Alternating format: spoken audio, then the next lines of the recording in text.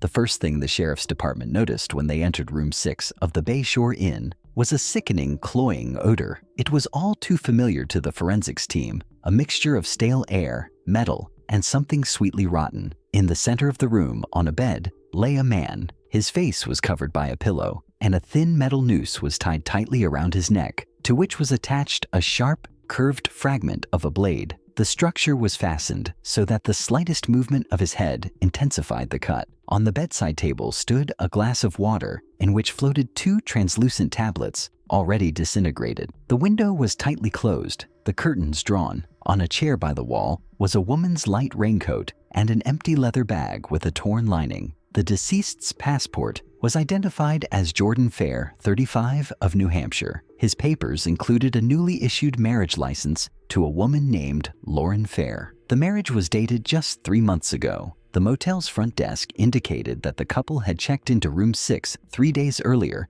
and had booked a 6-night stay. The motel manager said he saw Lauren only on the day of her arrival. Later, she was allegedly spotted by guests in a neighboring room. She was leaving early in the morning with a small travel bag and walking towards the parking lot. After that, no one saw her again. A woman's purse, without cash, crumpled napkins with a brown substance, a woman's hairpin, and a bottle with a clear liquid without a label were found in the bathroom. Experts determined that this liquid has a strong chemical smell and can be dangerous if it comes into contact with the skin. In the trunk of the couple's car was a metal case. In addition to a set of tools, it contained surgical gloves, a thin cable, electrical tape, several ampules with an unknown substance, and 4 small glass flasks. One of the forensic experts at the scene noted that the cable matched the diameter and structure of the one found on the deceased's neck. A DMV search revealed that Lauren Fair changed her name and gender 2 years ago in California. Before that, she was listed as a man named Charles M. Hartman. It was not immediately possible to determine where she was or what she did before moving to New Hampshire. Jordan's death was classified as violent,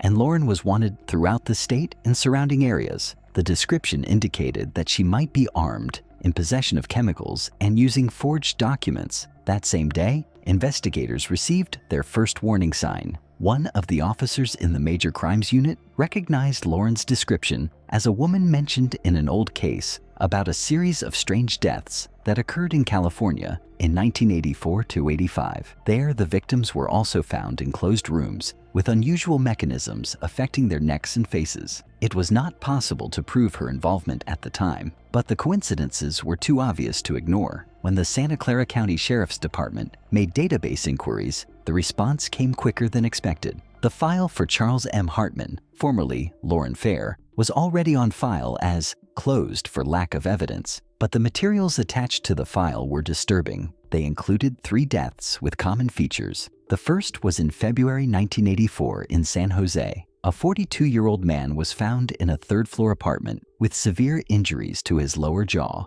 The investigation then determined that he had allegedly fallen and hit his face on a metal structure, but the nature of the injuries indicated that his jaw had been pinned and compressed by a narrow, hard object. Hartman was listed as a neighbor and the only one who had seen the victim alive on the day of his death, but there was no direct evidence. The second death occurred in August of the same year in the suburb of Los Altos. A 29-year-old woman was found in her car, parked in a deserted area. Around her neck was a complex system of thin belts and metal rods, which, according to experts, could have been a homemade strangulation mechanism. The case materials noted that someone intentionally secured her in a chair so that any movement of her head led to increased pressure. Surveillance cameras recorded a man matching Hartman's description near the scene. Third death, March 1985, Santa Cruz. An elderly man, 67, was found in his workshop with deep cuts on his face.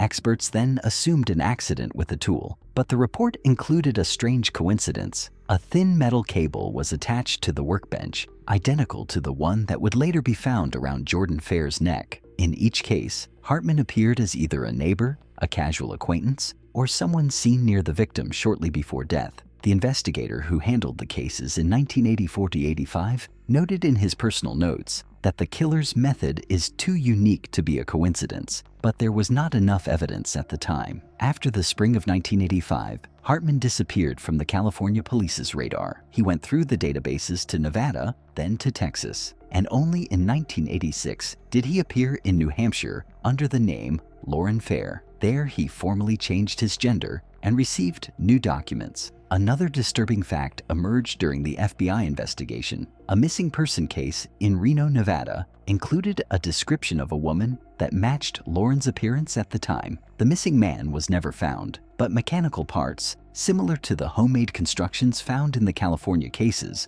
were found in his apartment. The Lincoln County Sheriff's Office team gathered this material and began to build a working theory. Lauren Fair may have been involved in a series of murders in which victims were slowly strangled or mauled with specially made devices. The motive was still unclear, but the repetitive pattern suggested that the actions were deliberate and likely ritualistic. Meanwhile, forensic scientists continued to work on the fresh case. Laboratory analysis of the liquid found in the motel bathroom showed it to be a mixture of ethylene glycol and several other components that, when ingested, could cause severe disorientation and loss of consciousness. Traces of the same liquid were found on the pillow that covered Jordan Fair's face, indicating that the victim had likely been immobilized or disoriented before the noose with the blade was tightened. Photos from the crime scene were sent to the FBI's analytical department for comparison with archives of other similar crimes. There, they immediately noticed the way the cable was tightened. Two old cases from California recorded an identical method of securing the knot, which was not found in other criminal cases. The question remained, how could Lauren disappear so quickly? She could have been detained on a highway in the first 2 days after her body was found, but surveillance cameras from a gas station in a neighboring county captured a light-colored pickup truck driven by a woman who looked very much like Lauren. She paid for gas in cash and drove south toward Massachusetts. It became clear to Lincoln's department that they had a case on their hands that could span several states and a decade-long chain of deaths. For the first time in years, investigators had a chance to find a man whose name in the archives had long been a symbol of unclosed, hanging cases. On the morning of June 13, 1987, the Lincoln County Sheriff's Department received confirmation from the Massachusetts Highway Patrol that a light-colored pickup truck captured on gas station cameras had crossed the state line at 4:12 a.m.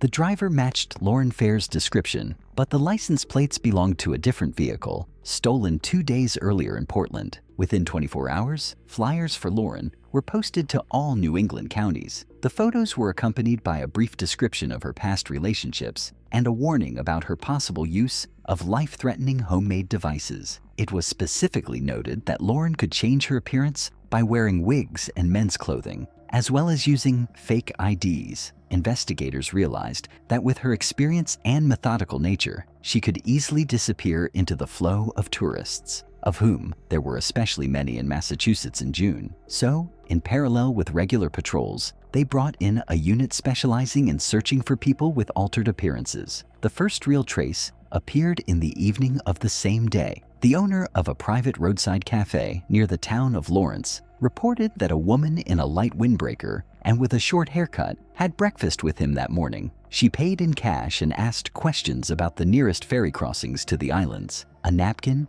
with a partially erased inscription in chemical pencil, 19/6, was later found on the table where she was sitting. The date coincided with the annual summer festival on Martha's Vineyard. The event attracted hundreds of people who arrived by ferry from various ports. Investigators suggested that Lauren might have been heading there, hoping to blend in among the vacationers. The task force immediately left for the main ferry boarding points. Posts were set up. Women matching the description were checked, but this did not yield any results. Cameras at one of the piers recorded a figure in a long raincoat and a wide-brimmed hat hiding the face, but the quality of the recording did not allow for a precise identification. Meanwhile, the FBI lab completed an analysis of the prints found on the metal cable from the briefcase found in the car. 2 clear fingerprint lines matched prints recovered from the Los Altos death scene in 1984. It was the first direct evidence linking Lauren to the cases that had been thought to be unrelated. Federal agents joined the search, but Lauren herself remained elusive. Every day, new reports of her possible appearance came in, but verification took hours. and sometimes days. She skillfully used the route along the coast, moving between small coastal towns where no one asked unnecessary questions of visitors. On June 14th at 11:30 p.m., a new report came in. Lauren was identified by the receptionist at a motel in New Bedford. She had rented a room for one night, introduced herself as Sarah Clark, and refused to have her room cleaned. When the police arrived, the door was locked and the window was wide open. Inside, they found only an empty suitcase and a thin metal cable with a blade attached, neatly folded on the nightstand. The investigators interpreted the abandoned item as a challenge. The report noted that the noose of the cable was already partially tightened, as if it was being prepared for use. This increased fears that Lauren was not just running, but looking for a new victim. Internal FBI records for that day contain the note, "L. Fair may be reenacting past murder scenarios. High probability of another crime in the next few days." By the morning of June 15th, it became known that a 38-year-old man had disappeared in the neighboring city of Fall River, where he had come for a business meeting. His rental car was found in a parking lot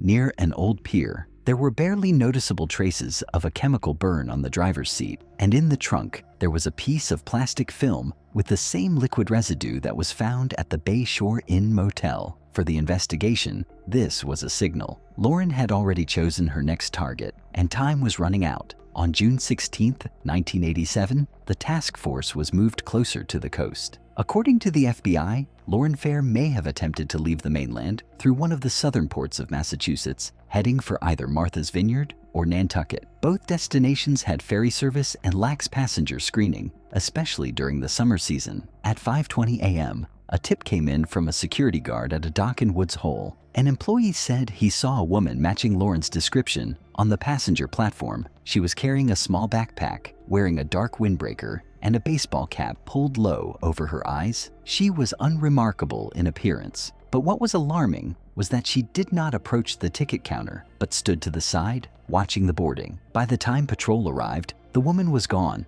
A search of nearby streets yielded no results, but in an alley behind the cafe, they found an abandoned man's shirt with a tag from a New Bedford store and a plastic bag containing a package of disposable gloves. On the inside of the bag were clear traces of a brown substance, later identified as a mixture of blood and ethylene glycol. The investigation regarded the discovery as a direct signal. Lauren was at the port, possibly with a new identity and clothes. That same morning, a suspicious incident was reported from Martha's Vineyard at a private marina. The owner of a small boat reported finding evidence of an intruder on the deck that morning: wet boot prints, the size of a woman's shoe, and a metal cable neatly rolled up. Nothing was stolen, but a sharp woodworking knife was missing from the toolbox. Analysis of the boots, according to experts, matched the model worn by Lauren, captured in a photo in New Hampshire. Meanwhile, a missing person from Fall River was being investigated. His name was Richard Holden. Cameras were used to reconstruct his final hours. On the evening of June 14th, he entered a waterfront bar where a dark-haired woman in a light raincoat was at the counter. The camera didn't capture her face, but witnesses described her as taciturn with a deep voice. She left the bar 15 minutes after Richard. In the parking lot where Holden's car was found, investigators found a thin metal hook covered in electrical tape under the front passenger seat. The hook matched the size of the fasteners used in the old California cases. The situation began to resemble a field hunt, with Lauren moving along the coastline, leaving small but deliberate tracks. Each one showed her unique signature and demonstrated that she was in control of the situation. Investigators noted in their reports that her actions created the feeling of a cat and mouse game, where she chose what to leave for discovery. On June 17th at dawn, a woman with short hair, dressed in a work jacket and jeans, was spotted on one of the ferries leaving for Nantucket. She was holding a ticket in the name of Jessica Morin. An investigation revealed that the passport presented at the time of purchase was counterfeit, but by the time this fact was established, the ferry had already sailed. Upon arrival on Nantucket, the FBI team and local police began checking all hotels and rental houses. At one of the cheap guest houses, the administrator reported that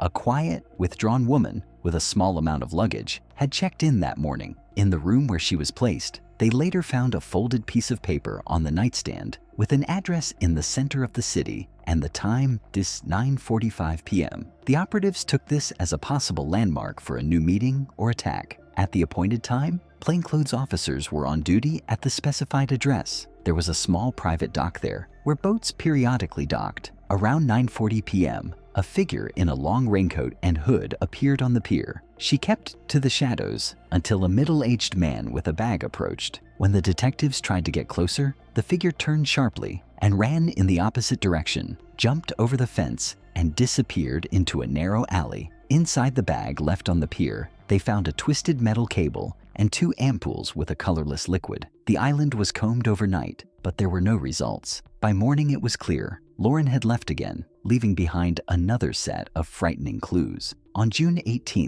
1987, at 4:50 a.m., a local lockdown was issued on Nantucket. The decision was made after a fisherman reported seeing a woman matching the description of Lauren Fair at dawn on the edge of the island, near the old Brant Point Lighthouse. She was carrying a package that, according to the witness, made an unnatural jingle with every step. By 6:30 a.m., additional forces were deployed on the island: 24 police officers, 8 FBI agents, the Coast Guard, and volunteers. Every home, hotel, and storage facility was checked. The focus was on empty buildings near the coast where the suspect could have hidden. At 09:15, a team of 3 detectives discovered fresh footprints in the wet sand, leading to an abandoned boat repair shop. The door to the building was slightly open, and there was a chemical smell inside. On the floor was an empty glove box and a coil of rope identical to those found earlier. In one of the rooms, they found a wooden workbench with a metal mechanism attached to it. Its design resembled a combination of a vise and sharp blades, installed in such a way that any movement of the fixed object led to a gradual cutting of the fabric or leather. There were brown stains and scraps of insulating tape on the floor. Experts who arrived at the scene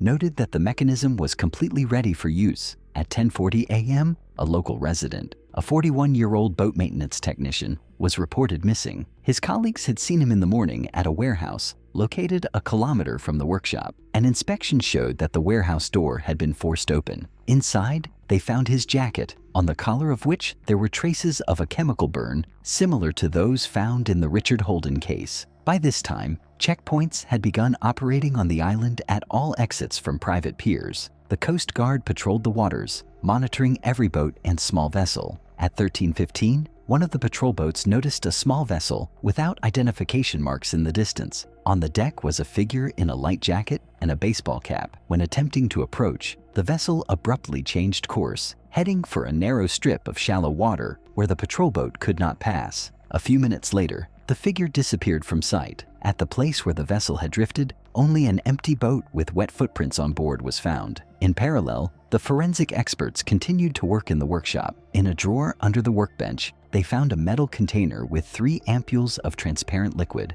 a set of thin steel cables, and several pairs of surgical gloves. Separately, there was a folded map of New England, on which ports and coastal towns were highlighted in red pencil, from Massachusetts to Rhode Island. Around 5 p.m., a resident of the eastern part of the island reported seeing a woman who looked like Lauren walking along the side of the road with empty hands. She turned into a forest belt and disappeared. Searches in the area continued until dark, but to no avail. In the evening, the operation headquarters admitted that direct contact with Lauren had not been achieved. Officially, the operation was completed at 23C, but hidden posts remained on duty on the island. The FBI's report for that day included the following entry: the suspect is believed to have left the island by private boat or disguised as a passenger on a commercial flight. The likelihood of her appearing in coastal cities in Massachusetts or Rhode Island in the next 72 hours is high. The Jordan Fair case was consolidated with 3 older California cases,